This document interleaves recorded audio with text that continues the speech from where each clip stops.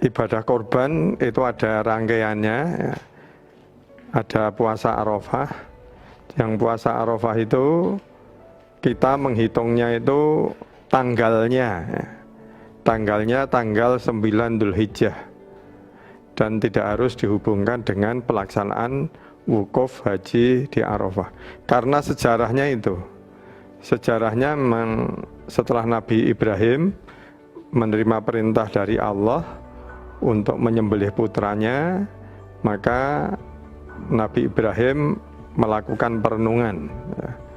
Yang digambarkan perenungannya itu dilakukan pada Yaumut Tarwiyah, yaitu pada tanggal 8 Dzulhijjah.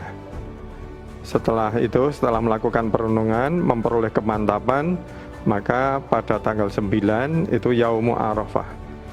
Nabi Ibrahim tahu, mengenal bahwa itu merupakan kehendak Tuhan untuk menyembelih putranya itu, sehingga Nabi Ibrahim mantap. Terus kemudian tanggal 10-nya Yaumun Nahri, hari penyembelihan.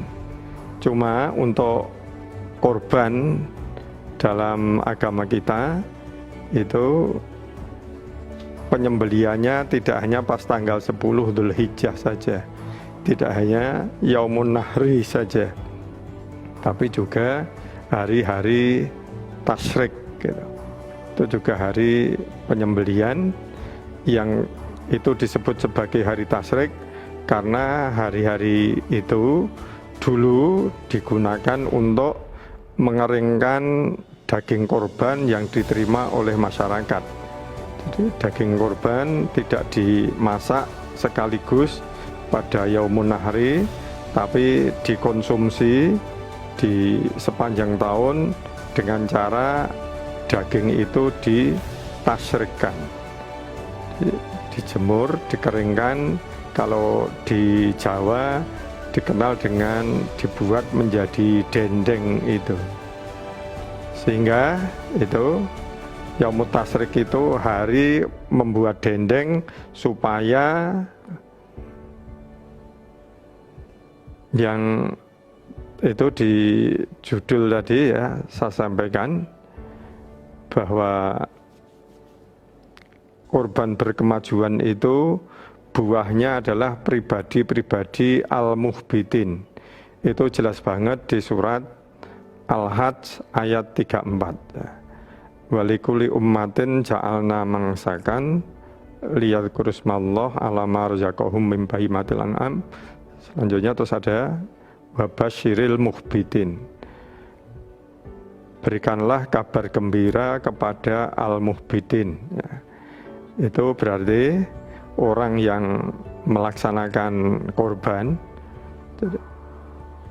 itu supaya bernilai secara maksimal, itu maka orang yang melaksanakan korban dan mengelola korban itu kemudian menjadi al-muhbitin.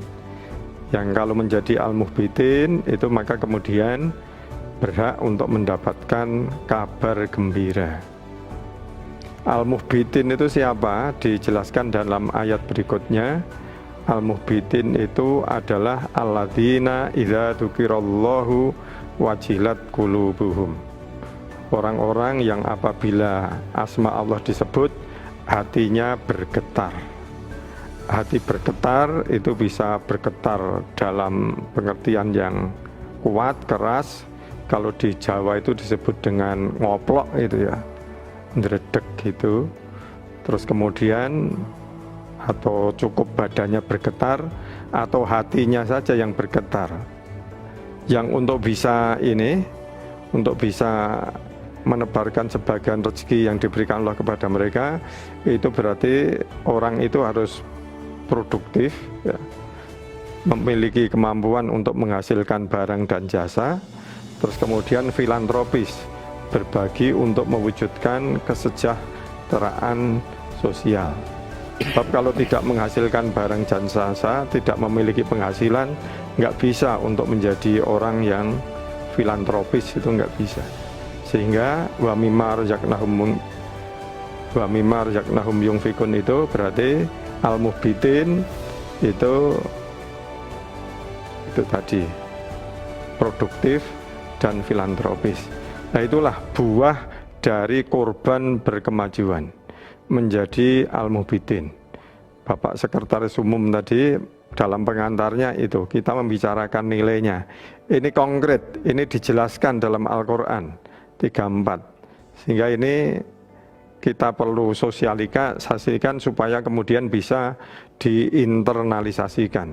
Umat Islam tidak hanya menekankan ritual korban, tapi juga menekankan untuk memetik buah korban menjadi al-muhbitin.